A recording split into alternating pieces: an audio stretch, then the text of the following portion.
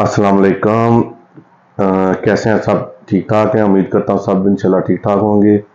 Vlog जी total तकरीबन 1 महीने के बाद या उससे भी ज़्यादा देर होगी क्योंकि मैं पाकिस्तान हॉलीडेज़ पे चला गया था, तो मुझे काम थे बहुत सारे, जिसकी वजह से मैं कोई भी अपडेट नहीं दे सका। तो आज 2 दिन से मैं वापस आ गया हूँ। तो जो ज़्यादा सवाल लिथुआनिया के बारे में आ रहे थे, वो उसका मैं आपको मुकम्मल डिटेल से बताता हूँ कि क्या सिस्टम होता है और कितना टाइम लगता है। सबसे पहले तो लिथुआनिया का जो है ना, वो वीज़ा नहीं है, ठीक है। वो वीज़ा नहीं देते, वो डायरेक्ट टीआरसी देते हैं 2 साल की, ठीक है। वीज़ा नहीं है उनका, पासपोर्ट पे कोई स्टाम्प नहीं लगाते, वो वीज़ा की डायरेक्ट टीआरसी देते हैं। और काफ़ी लोगों के वीज़े लग भी रहे हैं। इनकी वीज़ा रेशियो भी बहुत अच्छी है, पोलैंड से तो बहुत ही ज़्यादा अच्छी है इनकी, ठीक है। खास करके ड्राइवर लोग तो बहुत ज़्यादा आ रहे हैं अभी लिथुआनिया में। तो तरीकाकार इसका क्या होता है? इसका तरीकाकार बहुत सिंपल है, इजी है, ठीक है। ना आपने एप्लीकेशन फिल करनी है, ना कुछ और करना है। जो कंपनी होती है वो आपको डॉक्यूमेंट्स जब आप भेजते हो कंपनी को, तो वो आपका माइग्रेशन की इमिग्रेशन की वेबसाइट है एक, उसमें वो अकाउंट बनाते हैं, ठीक है। उसमें आपके कंपनी आपके डॉक्यूमेंट्स अपलोड करती है, सब कुछ अपलोड करती है। उसके बाद उनको वो कंपनी को वेरिफिकेशन आ जाती है कि ठीक है, आप बंदे को जो है वो फिंगरप्रिंट और पिक्चर के लिए भेजो। ये डिसीजन नहीं लेते, डिसीजन बाद में ही लेते हैं, ठीक है।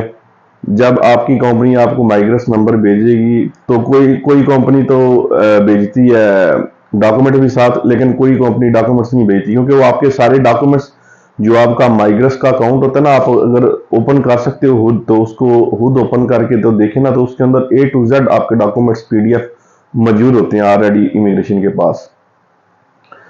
वो जब आपको माइग्रेस का नंबर देते हैं, तो उसके बाद इनका VFS जो है ना, वो यानी कि हम एशियन के लिए मैं बता रहा हूँ, उसमें वो कुछ हर एक कंट्री में VFS नहीं है, ठीक है।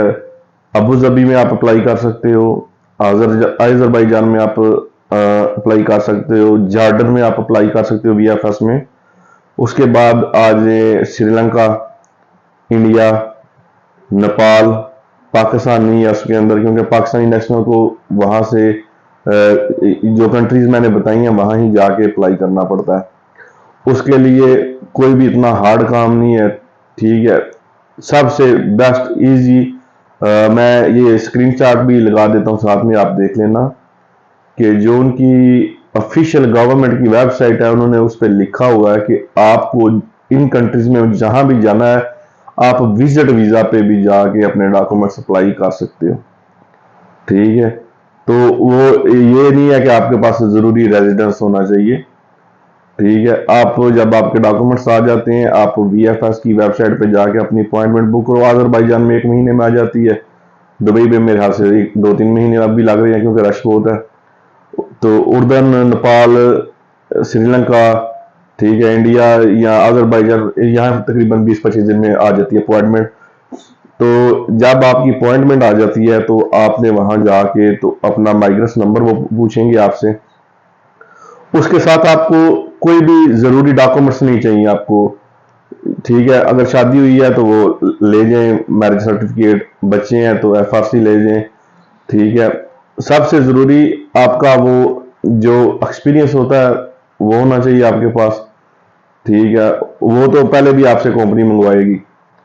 और पुलिस करैक्टर सर्टिफिकेट जो है वो जरूर होना चाहिए।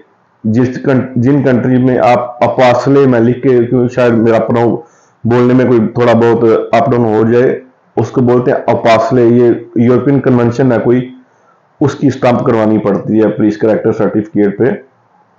तो वो तरीकाकार क्या होता है कि मेरे कजन ने अप्लाई किया था, वो मैंने ही अप्लाई किया था उनका, वो ओमान से उन्होंने अप्लाई किया था। तो वो ओमान से उनकी उपासले की ओमानी जो पुलिस करैक्टर सर्टिफिकेट था, उस पर स्टाम्प भी लगी थी। फिर उन्होंने वो पासपोर्ट की मुकम्मल हिस्ट्री चेक की और बाद में बोला कि आप रेगुलर यहाँ 5 साल से नहीं रह रहे, तो आपकी पिछले जो पाकिस्तान में रह के आए हो वो भी पुलिस करैक्टर सर्टिफिकेट चाहिए। फिर वो पुलिस करेक्टर सर्टिफिकेट लेके उस पर भी फासले की स्टाम्प लगवाई थी इन्होंने, ठीक है। लेकिन पाकिस्तान, अगर आप पाकिस्तान से डायरेक्ट अप्लाई कर रहे हो तो फिर आपको फासले की जरूरत नहीं पड़ेगी, क्योंकि आप ऐसी कंट्री में हो ही नहीं हो जहां से आपको फासले की स्टाम्प चाहिए। पुलिस करेक्टर सर्टिफिकेट ले जाए, आपकी बैंक स्टेटमेंट है तो ले जाए, वरना कोई रिक्वायरमेंट नहीं है, कोई ऐसा और कोई डॉक्यूमेंट्स रिक्वायरमेंट नहीं है। वहां जाए, अपने टाइम पे जाए, VFS के ऑफिस, 160 यूरो फीस है उनकी। वहां जाके अपने डॉक्यूमेंट्स, फिंगरप्रिंट और पिक्चर बनवाएं, ठीक है। वो आपको जो बोलेंगे कि आपको 55 डेज या 60 डेज में आपका डिसीजन का पता चल जाएगा।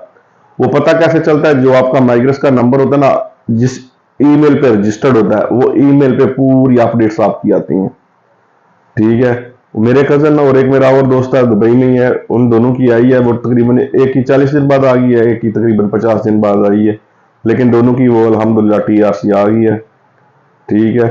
और ये दूसरा यूरोपियन यूनियन और शेंजन में भी है, ये वही रूल है इनके भी जो बाकी यूरोपियन कंट्रीज के हैं।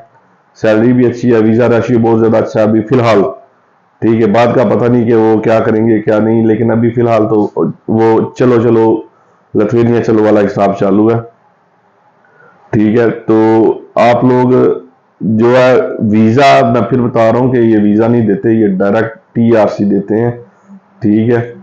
वो TRC 2 साल की होती है, उसके बाद मेरे ख्याल से वो उनकी 5 साल की आ जाती है।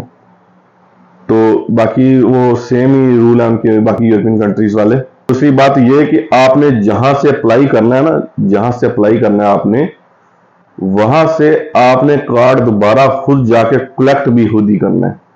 फर्ज करें कि अगर आप अजरबैजान में अप्लाई कर रहे हो, तो आप पहले विजिट पे गए हो, अप्लाई करके आ गए हो, फिर आपको दोबारा वो मेल भेजेंगे, तो आप दोबारा जाओगे, तो कलेक्ट आपने कार्ड खुद ही करना है, वो कार्ड आपके घर पे नहीं भेजेंगे।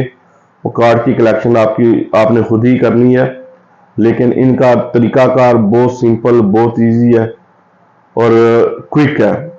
अपॉइंटमेंट भी जल्दी आ जाती है और वीजा रेशियो भी बहुत अच्छा है, ठीक है। तो जो भाई इंटरेस्टेड है, मैं तो उनको खुद मशवरा देता हूँ कि वो अप्लाई करें, क्योंकि अभी पोलैंड में तो वो एक हिसाब से नामुमकिन वाला हिसाब हो गया, खास करके हम पाकिस्तानियों के लिए।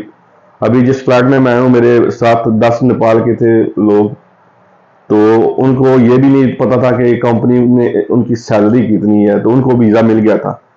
लेकिन कुछ ऐसे लोग हैं जिनको मैं जानता हूँ पर्सनली, हर एक चीज लीगल थी उनकी पाकिस्तान में, ठीक है, और कंपनी भी genuine, total A to Z हर एक चीज जेन्युइन थी, फिर भी इन्होंने वीजा नहीं दिया था। तो जो मेरे दोस्त भाई अप्लाई करना चाह रहे हैं, वो कोशिश करें कि लिथुआनिया का अप्लाई करें। बहुत ही सिंपल है इनका प्रोसेस है, कोई इतने ज्यादा डॉक्यूमेंट्स भी नहीं चाहिए आपको। बाकी जी, एक भाई ने पूछा था कि जो वेयर हाउस वर्कर आ रहे हैं लिथुआनिया सॉरी, तो उनका BTRC आता है। तो भाईजान बिल्कुल सबका TRC आता है, आपकी कैटेगरी कोई भी है, लेकिन आपको वो TRC देंगे डायरेक्ट, वीजा नहीं, TRC डायरेक्ट देंगे।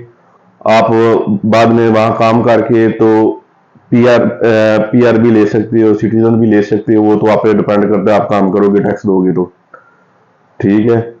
तो उसके लिए जरूरी नहीं है कि कैटेगरी कौन सी होनी चाहिए।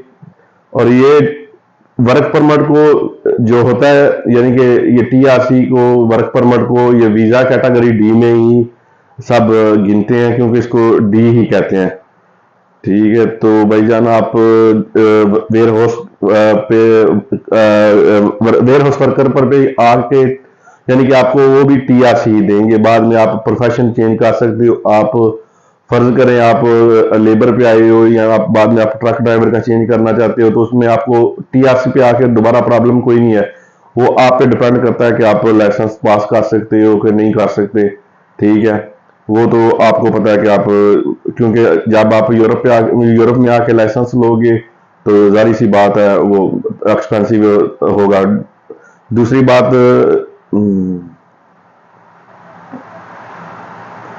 दूसरी बात ये कि जो रूल है ना 2009 से पहले वाला और 2009 से के बाद लाइसेंस वाला, वो यूरोपियन यूनियन के सेम ही है। और ये लिथुआनिया भी शेंगन और यूरोपियन यूनियन में इनका भी लाइसेंस का तरीकाकार वो सेम ही है, यानी कि कोड 95 का, ठीक है। तो अगर आपके पास 2009 अगस्त तक है, से पहले तक है, तो वो आपको एग्जाम नहीं देना पड़ेगा। अगर उसके बाद का है तो आपको लिथुआनिया में भी एग्जाम देना पड़ेगा, लेकिन वहां मैंने सुना है जो लोग हैं कि वहां इजी है काम थोड़ा, वो 1-2 महीने में आपका आ जाता है कोड 95 लिथुआनिया का। यहाँ पे पोलैंड में ज्यादा टाइम लगाते हैं क्योंकि ये कोर्स इनका थोड़ा लंबा है। बाकी लाइसेंस वहां भी चेंज हो जाता है भाई, ठीक है। दूसरी बात, जो लोग पाकिस्तानी हैं वो जो ये वीडियो देख रहे हैं, अभी हमारी मोटरवे पुलिस ने सीई कैटेगरी का लाइसेंस चालू किया जो यूरोपियन यूनियन स्टैंडर्ड के बिल्कुल बराबर है, ठीक है। जिन भाइयों के पास एलटीवी, मोटर कार या एचटीवी लाइसेंस ऑलरेडी है तो वो मोटरवे पुलिस पे जाके तो अपना लाइसेंस सीई कैटेगरी में करवा सकते हैं। उसके लिए जरूरी है कि आपके पास पहले पाकिस्तानी लाइसेंस 3 साल का पुराना होना चाहिए, ठीक है। मैंने ओमान का लाइसेंस चेंज करवाया था, उसको 2 साल हो गया, मेरा सीई नहीं इन्होंने बना कर दिया, क्योंकि बोलते हैं कि इसको पहले 3 साल होंगे हमारे पाकिस्तानी लाइसेंस को, तो बाद में जो है वो आपका चेंज करके देंगे। उसके लिए ट्राई भी देना पड़ती है, ठीक है। 1200 रुपये मेरे हाल से फीस है, तो आप ट्राई देके तो यूरोपियन स्टैंडर्ड का सीई लाइसेंस पाकिस्तान से भी ले सकते हो। जो भाई जिनके पास एलटीवी है, मोटर कार का है, वो भी ट्राई करें, लाइसेंस ले लें, फ्यूचर में काम आता है, ठीक है। तो भाईजान लाइसेंस का जो सिस्टम है और कोड 95 का है वो सेम है लिथुआनिया और पोलैंड में। वहाँ थोड़ा प्रोसेस इजी है, यहाँ थोड़ा प्रोसेस हार्ड है, ठीक है। वहाँ वीजा रेशियो अच्छा है, यहाँ वीजा रेशियो बिल्कुल भी अभी तो बिल्कुल अच्छा नहीं है। तो वीडियो बनाने का मकसद ये होता है कि आप लोगों को आगाह करना कि क्या चीज़ अच्छी है क्या नहीं। तो मेरा पर्सनल ओपिनियन यही है कि आप लोग लिथुआनिया में ट्राई करो, इंशाल्लाह वीजा भी टीआरसी आपको मिलेगी। वो टीआरसी पे आप पूरे यूरोप में मूव कर सकते हो। अगर आपको कोई, यानी कि आपका कोई रिलेटिव्स है स्पेन में, इटली में, जर्मनी में है, तो आप लिथुआनिया नहीं रहना चाहते, तो वो अगर आपको कोई कॉन्ट्रैक्ट लेके दे सकता है तो वो आपकी टीआरसी, वहां की टीआरसी यानी कि कार्ड में चेंज हो जाएगी किसी कंट्री के भी। और वैसे भी लिथुआनिया भी इतनी बुरी कंट्री नहीं है, अच्छी कंट्री है। आप तकरीबन लेबर वाले भी, पोलैंड में भी लेबर वाले तकरीबन 800-900 या 1000 ही कमाते हैं, लिथुआनिया में भी इतने कमाते हैं। तो जो लोग स्पेन में है, किसी का कोई रिलेटिव है, अगर वो झूठ ना बोले तो सच्ची बात बताए, तो वहां पे भी जो इनलीगल बंदे हैं जिनके पास पेपर नहीं है, वो ज्यादातर जो है वो 1000 तक ही कमाते हैं, इससे ज्यादा नहीं कमाते। तो नेक्स्ट अपडेट कोई भी हुआ तो इंशाल्लाह मैं आपके साथ शेयर करूंगा।